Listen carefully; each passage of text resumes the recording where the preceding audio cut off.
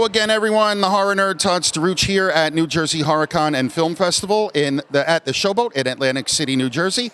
I have the distinct pleasure of standing here with the lovely and talented star of Police Academy and The Devil's Rejects, Miss Leslie Easterbrook. Leslie, how are you? Well, I'm fine now. Thank you for that introduction. I told you I like hearing myself talk. Well, you do a good job of it. But, most of what you say is really nice to hear, too. Well, I mean it. Yeah. At the end of the day, I'm just a fan, and I'm privileged that I even get to do things like this and talk to people that I've watched and enjoyed watching on screen. So it truly is a privilege. I meant it. It's a privilege to actually talk to somebody who knows film, that has seen your work and has seen something that you've done. So the conversation with you is on another level from most conversations I have.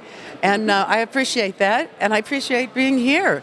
Anybody who makes movies is giving it a try, and you never know when you're going to get real lucky. You're going to get the part, you're going to have the script, you're going to write the script, you're going to have the right distributor. It takes so much to make a successful film.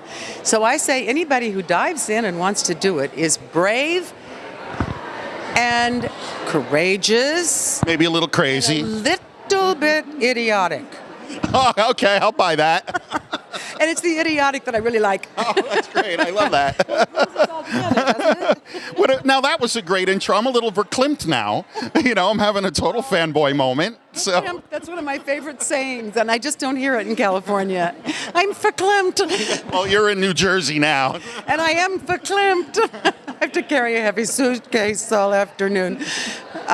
Yeah. So my colleagues are probably not used to me being a little bit flustered, so congratulations. They're going to never let me live this down. Well, if you're a little bit flustered, you can just say you were playing the part. Yes, that's what I'm going to go with. And you can say, Leslie seems so flustered that I thought I really should make her feel more comfortable. And you have. Oh, that's good. I like it. So don't get cool, calm, and collected. That's just not going to help. Okay, so in that case. So let's talk about The Devil's Rejects for a second. So, sometimes like you're stepping into a role that was played by somebody else in the previous movie. And you didn't know it. Right.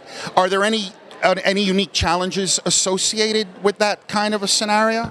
Well, since I didn't really know that Karen Black had done the character in another movie, and Rob failed to tell me, and I'm sure for very good reason, and I'm a huge fan, will always be, of Karen Black, for many reasons, it's daunting to come into a movie, and a type of movie that you haven't done before, and then also to walk in the footsteps of somebody that you admired and adored their work. But it was one of the most thrilling experiences of my life, not just of making movies, was being able to work on Devil's Rejects and reading that script and realizing how profane it was and how on the money it was.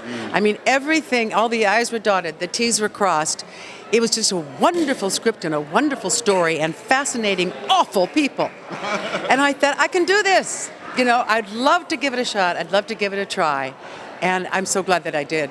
And Rob is astoundingly decent when he directs. He's I've heard that. Clear and accommodating. And always right. To work for somebody who thinks they're right and is right is a whole new ballgame. I have my cameraman and I have a mutual friend who I'm going to make him listen to what you just said. Oh, no. And yeah. Oh, dear. Yeah, and he knows, so this is going to be a funny moment. You just don't know it yet. Okay, I haven't met him, right? No. Okay, I probably won't. Probably not. Okay. I'll keep him away from you, so. So obviously going from Police Academy, a string of successful comedies, are very, very funny, to an extreme horror film. How do you even do that? I don't know. Somebody was, asking me that a couple of years ago, and I said, well, it's like you push a different button. It's like there's, you push the button for the comedy, and there's just another one, around the corner for something like Devil's Rejects. I found so much funny, so much humor in the script of the Devil. There is a lot of dark humor in it, sure. It is dark, but it's humor. And so the similarities were kind of there. It's just that the characters were different, and the motivations were kind of different, and the amount of blood was certainly different. But it was exciting. It's like anything else. I mean, if you're eating a lot of chicken, and all of a sudden someone offers you a steak, the steak seems really, really good because you've been having so much chicken. So I loved the script of Devil's Rejects. I thought it was very funny. There's a lot of very funny stuff in it. I thought it was chilling. I thought it worked. I thought it had a perfect beginning, middle, and end. I have not read a script that is just this simply good in maybe ever. And that's why I wanted to do Mother Firefly. I love the character of Mother Firefly. I thought it's a challenge, and I'd like to be able to take a challenge. I mean, how many years go along, there's a point where I won't be able to take a challenge and make a difference. Sure. In what I do.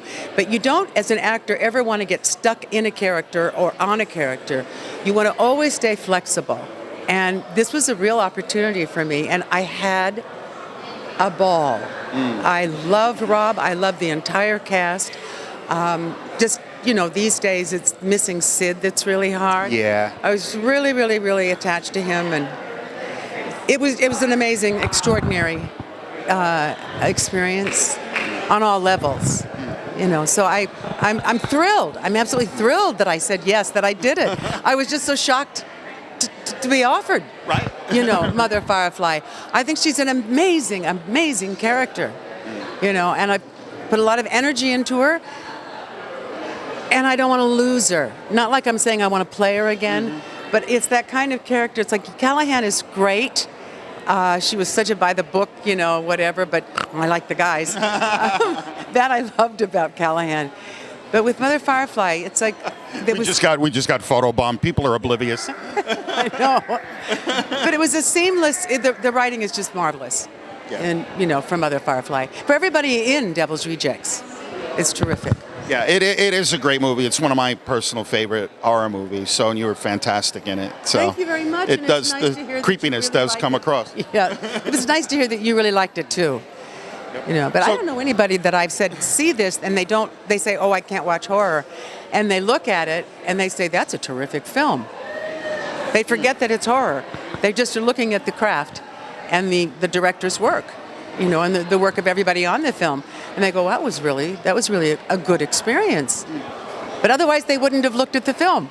Right. Well, look, a good film is a good film, right? Like a lot of people say, oh, I don't like horror films. But then they'll watch something maybe like a Rosemary's Baby or something, or The Exorcist, and say, well, that's actually a really good movie. Horror sometimes doesn't get the respect it deserves, Absolutely. And it deserves enormous respect. I don't know how you're going to show it, but I think people who make a lot of horror and spend a lot of time on it are absolutely wonderful. And they're really creating a lot of good work. Or whether good or bad, everybody's got a different idea of what that is. But it definitely elevates the level of society. I mean, we all have imaginations. When we're kids, we're scared to death of this and that. Or you have bad dreams and, And that doesn't leave us because we had the experience. It's just that we learn the truth and we see things in a more mature way.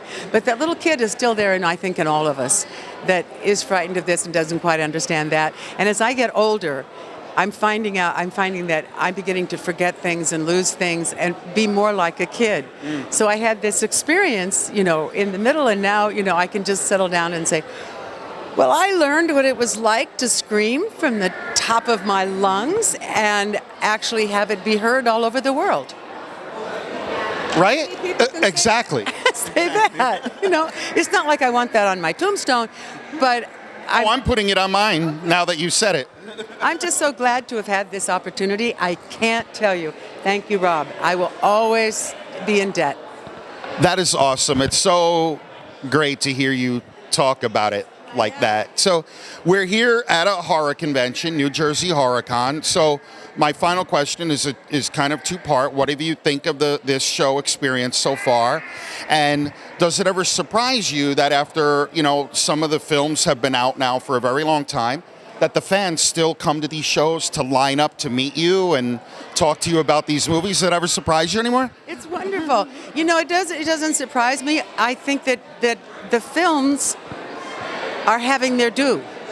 I think fans are incredible, and you're not a fan one day and not a fan the next, because when you saw the movie, it was done. So the movie doesn't change. Right. So there's a real consistency and a devotion that you feel at a place like this with all the craziness that's going on. I really enjoy it. I love it. It's like adrenaline. It makes me feel excited and what's next and, want to move on and do more. But I feel I'm with kindred spirits here.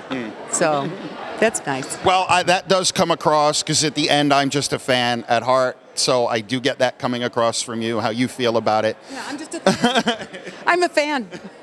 Fantastic. Leslie, thank you so much for giving me a few minutes of your time. I truly appreciate it.